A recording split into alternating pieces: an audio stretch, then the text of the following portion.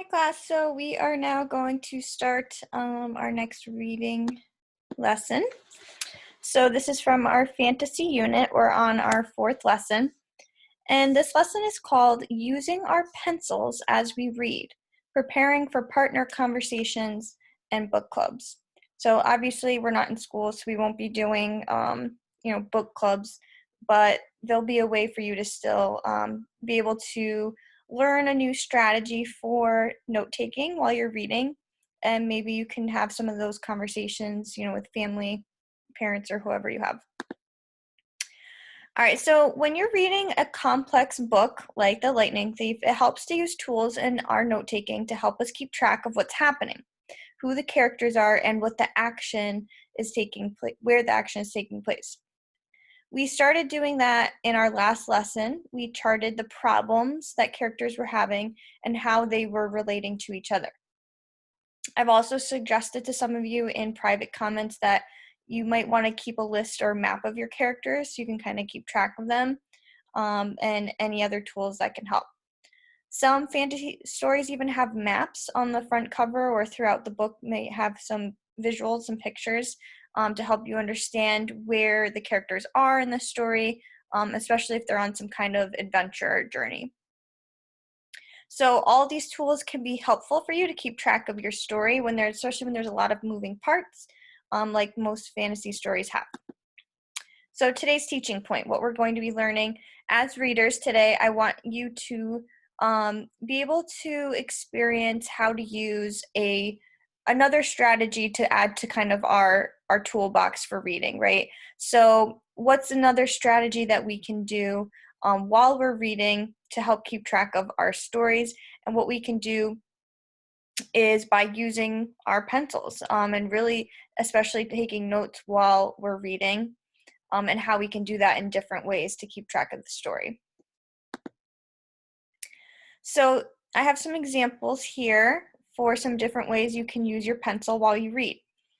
So all of these things I kind of borrowed from seeing what I've seen you guys doing in class, things that we've talked about before, things I've suggested to people while we've been reading The Lightning Thief.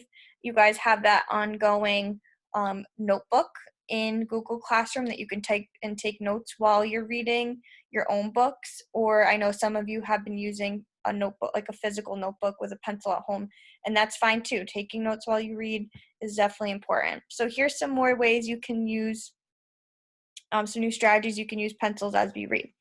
So here's some strategies for holding on to the story, because sometimes we forget things while we're reading. We might have to go back and look, and that would kind of, waste time if we have to reread a lot of what we've already read. If you have these notes and you're doing these strategies while you're reading, it kind of helps you hold on to the story in a way, so you're not forgetting as much and you have something to go back to. So you could do a thing like a character list, charts, webs, problems and solutions. That chart that we did last week was a problem solution chart. Timelines, keeping a track of the events, how they're happening in order, chronological order. Different emotions that your characters are feeling. You could do some type of map. You could do a setting description, or even an illustration, a drawing. Just quick jotting some notes, any thoughts you're having, any questions you're having, predictions that you're making. You could even make a glossary, and keeping note of any facts and information. To kind of deepen your engagement into your story, so these are some ideas you could do. Writing, those longer kind of reflections, really thinking about the story, and reflecting on what's happening and your thoughts about it. Illustrating significant moments, so those are again like visuals, pictures. You could write a description of something that was an image that kind of you had in your mind in that moment of the book. Charts of characters. You could even compare characters from the book or even across books, which would mean like different books, different characters. You could think about the themes or the life lessons. That's something we talked about a lot in our fiction reading unit, our first unit of study. We talked about what's the theme or the life lesson of the story. and quoting and celebrating any craft. So like the author's craft, what is the author doing that's making this, a memorable text? So those are some ideas of how you could be stopping and jotting as you're reading to kind of keep track of your stories better. And here's just some more details. So like when you're making a list of your characters or mapping your characters, you could write their character's name or a nickname and write a few details about that character to kind of help remind you what that character is like. It's really helpful for you as you see, like sometimes characters might even change throughout the book, and you can kind of keep track of their growth and change as you go. Oops. Okay, so, and then sometimes even like while you're reading, you might come across a character that's mentioned. You're like, wait a second, I don't remember this character. Was this character mentioned before? And if you don't take notes of the characters being mentioned, you'd have to, go all the way back and try to find it. And believe me, I've been there, I've done that. And it can take time. So if you already had it jotted in your notebook, then you're like, oh yeah, I remember now, that character was so and so, and he did that, and so you can make that connection a little bit quicker. A timeline is important, especially in the Lightning Thief, because we want to keep track that there's a deadline that they're trying to meet, right? So they're trying to find the lightning bolt before summer solstice. They have a deadline. So we're trying to keep track to make sure that they're in line with their deadline that they're trying to beat. So, but keeping track of events is always helpful anyway, even if there's not like a deadline like our book has. And maps. So with Percy, Grover, and Annabeth, we know they're going on a quest. Right now, they're on the East Coast. They have to travel to the West Coast. So they're literally traveling across the United States, across the country.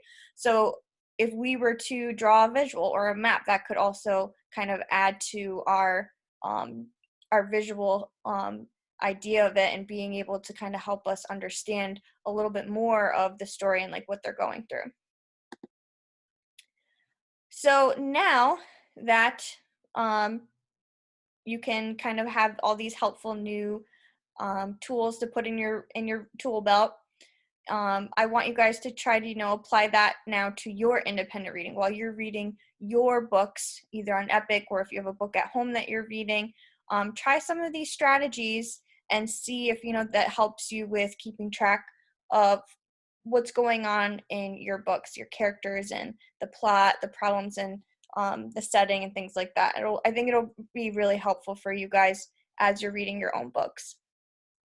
And so normally in this unit, we would be doing some type of book clubs, but obviously since we're not in school right now, you could try talking to some family members at home about what you're reading. Those conversations are really helpful.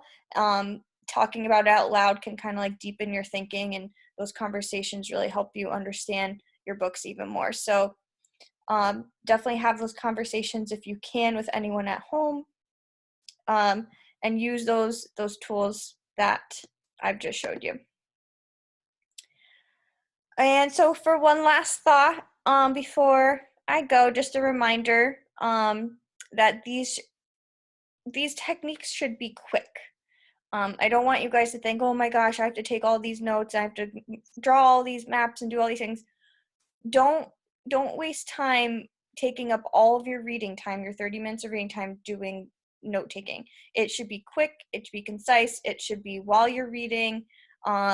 You can do it like at the very end of a chapter, right after you finish a chapter, before you move on to the next chapter. And it should be very brief and quick. So yeah, don't think like all of my reading time has to be spent taking notes, because you really want to be reading majority of the time. I would say at least like 25 minutes of that 30 minutes should be reading, and then maybe give yourself 5 minutes to jot some quick notes. They don't have to be super detailed. They just have to be legible where you can actually go back and use them and read them when necessary. Okay, so just keep that in mind. That's important. So that's pretty much it. Make sure you're taking notes while you're reading. use some of those strategies that I showed you guys on this, oops, where'd it go? This slide. And actually, what I might do too is maybe I'll make this a slide of its own that you guys can access and see a little bit better, so you don't have to rewatch this lesson to see this. Okay, I'll make that a visual attachment in this lesson. All right, so happy reading. I hope you guys are enjoying your fantasy books. Make sure you're taking notes either in the notebook I provided on Google Classroom, or if you have a notebook and pencil at home you're using, just make sure you're taking some kind of notes.